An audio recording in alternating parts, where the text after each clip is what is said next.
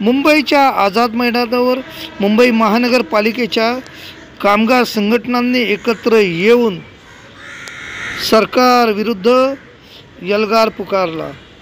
हा एल्गार पुकारताना महानगरपालिका कामगार संघर्ष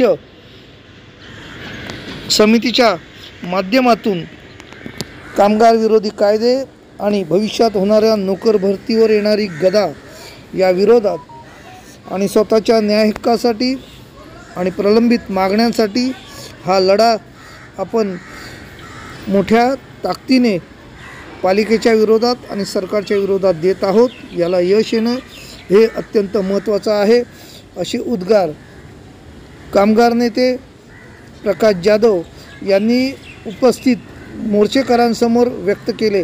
त्या संदर्भातील हा वृत्तांत।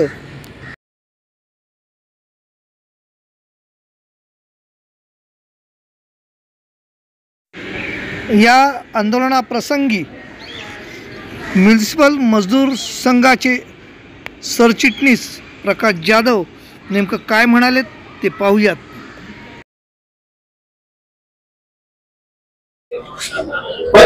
मित्र समोर बसलेल्या आणि उभ्या असलेल्या महानगरपालिका कामगार कर्मचारी बंधू आणि भगिनींनो, खरं म्हणजे पहिल्यांदा या देशामध्ये शेतकऱ्यांचा शेतमजुरांचा हिताचा विचार त्यांनी मांडला। ते थोर क्रांतिकारक समाजपुरुष महात्मा ज्योतिबा फुले यांच्या नंतर कामगारांना 8 तासाची ड्युटी मिळाली पाहिजे, त्याला त्याच्या समान वेतन मिळालं पाहिजे, पगार मिळाली पाहिजे, असे अनेक कडे घेऊन ज्यांनी प्रथमतः या देशामध्ये कामगारांचा लढा उभा केला ते नारायण मेघाजी लोखंडे यांचं सुद्धा स्मरण करून त्यांच्यापासून आतापर्यंत साथी जॉर्ज मनाडी शरद ज्या कामगार नेत्यांनी या कामगारांसाठी आपली उभी हयात या ठिकाणी खर्ची केली त्या सर्व कामगार नेत्यांना अभिवादन करून भारताच्या संविधानामध्ये आणि भारताचे कायदे मंत्री मजूर मंत्री झाल्यानंतर महिलांना गरोदरपणातली 6 महिन्याची हृदयसहिष्णुता समान वेतन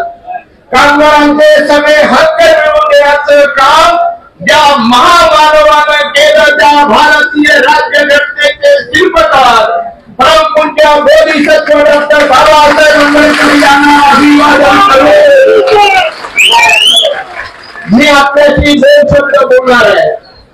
या देशाच्या इतिहासामध्ये अनेक राजे झाले, छत्रपती शिवाजी महाराज झाले, शाहू महाराज झाले, संभाजी महाराज झाले, तशाच पद्धतीचा एक राजा या देशामध्ये आणि जगामध्ये जो मोठा राजा होऊन गेला तो चक्रवर्ती राजा झाला, त्याचं नाव होतं चक्रवर्ती सम्राट अशोक राजा।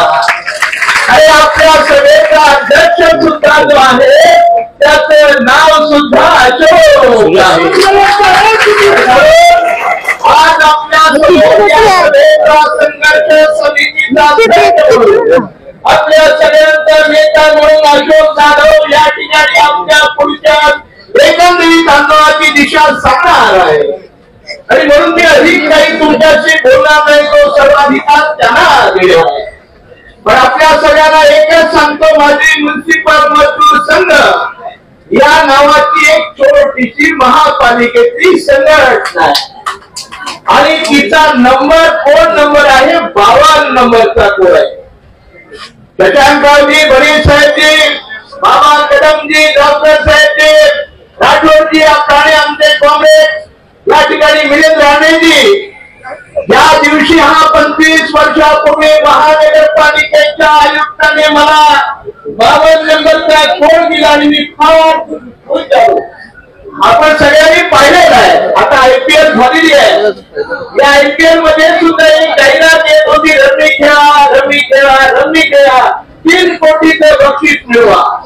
तेव्हा या महानगरपालिकेच्या कामगारात आणि विशेषतः पुरुष वर्गामध्ये असा एक माणूस नाही की ज्यांनी 52 पत्त्याच्या खेळाला हात लावला आणि म्हणून खेळतो अशा माणसाला माझा 52 नंबर अगदी कायम लक्षात राहू शकतो असा तो नंबर मिळाला आणि ते स्वतःला धन्यता मानली. तेव्हा या युनियनच्या वतीनं या ठिकाणी तुम्हाला सगळ्यांना एकच विनंती करतो, मी 11 तारखेच्या मेळाव्यात देखील सांगितलेला आहे, हा मेळावा युनियनचा नाही, हे आंदोलन नेत्यांचं नाही. मी तुम्हाला पुन्हा एकदा विनंती करतो, हा आपल्या हक्काचा आणि आपल्या या ठिकाणी अस्तित्वाच्या लढ्याचा कामगारांचा लढा आहे. 1918 मध्ये जयंतच्या नावाचा या ठिकाणी विचार आला आणि त्याच्यामध्ये खासगीकरणाचा पहिला प्रयोग आला. तर या देशामध्ये 2009 मध्ये आपल्याकडे कायम झाला. तेव्हा हा आयुक्त काय म्हणतो आणि अतिरिक्त आयुक्त काय म्हणतो याहीपेक्षा तुम्हाला सांगतो, या देशामधल्या कामगारांच्या कामगारांना या देशाच्या हक्कामधला हिश्शामधला वाटा मिळाला पाहिजे आणि सूर्यास्ताला जाणे अगोदर एकही माणूस या स्वातंत्र्यामध्ये उपाशी पोटी राहता कामा नये याची भ्रांत असणाऱ्या महामानव डॉक्टर बाबासाहेब आंबेडकरांनी तुम्हाला आणि मला जे अधिकार दिलेले आहे ते अधिकार आता काढून घेण्याचे काम सुरू झालेलं आहे. तेव्हा युनियनपेक्षा मी तुम्हाला सगळ्यांना विनंती करतो, आजपासून तुम्ही सर्वांनी कार्यकर्ते बना, नेते बना. आज जे कोणी या मोर्चामध्ये आलेले त्यांच्या पर्यंत पोहोचा आणि या सगळ्यांना सांगा, या देशामध्ये खासगीकरणाचे भूत थांबवायचे असेल तर या मुंबईच्या सफाई कामगारांसहित मोटर लोडर कामगार आणि आता आमचे बंधू मिलिंद राणे म्हणतात कंत्राटी या देशामधून कंत्राटीकरण हटलं पाहिजे, ठेकेदारी गेली पाहिजे, यासाठी आंदोलन करा अशी तुम्हाला सगळ्यांना विनंती करतो. तुम्ही सगळे तुमचे आभार मानतो आणि एका माणसाचं देखील आभार मानायचं आहे. बघा, आमच्या गणेश साहेब आणि कविष्करांनी परवा आमच्या चर्चेमध्ये पत्रकार परिषद झाले, दुपारपाळीच्या मोटर रोडर करायचं काय. वामनराव म्हणाले, आम्ही सगळ्यांना सांगून टाकलंय, काम न करता तुम्ही मोर्चाला आलाच पाहिजे, तसे तुम्ही मोर्चाला आलात त्याबद्दल तुमचे मनापूर्वक आभार मानतो. आणि आता एकच सांगतो, हवामान खात्याने सांगितलेलं होतं की हे 4-5 दिवस मोठे वादळाचे आणि मोठ्या पावसाचे आहे. परंतु काल जेव्हा मुंबईमध्ये, महाराष्ट्रामध्ये, कोकणामध्ये जोरदार पाऊस जेव्हा बरसत होता तेव्हा मला सुद्धा चिंता वाटली होती, कदाचित पावसाचा धोका करून तुम्ही इकडे येताय की नाही. पण त्या वरुण राजाने त्या पावसाने सुद्धा आज रजा घेतली आणि तुम्हाला सगळ्यांच्या आंदोलनात सहभागी झाला.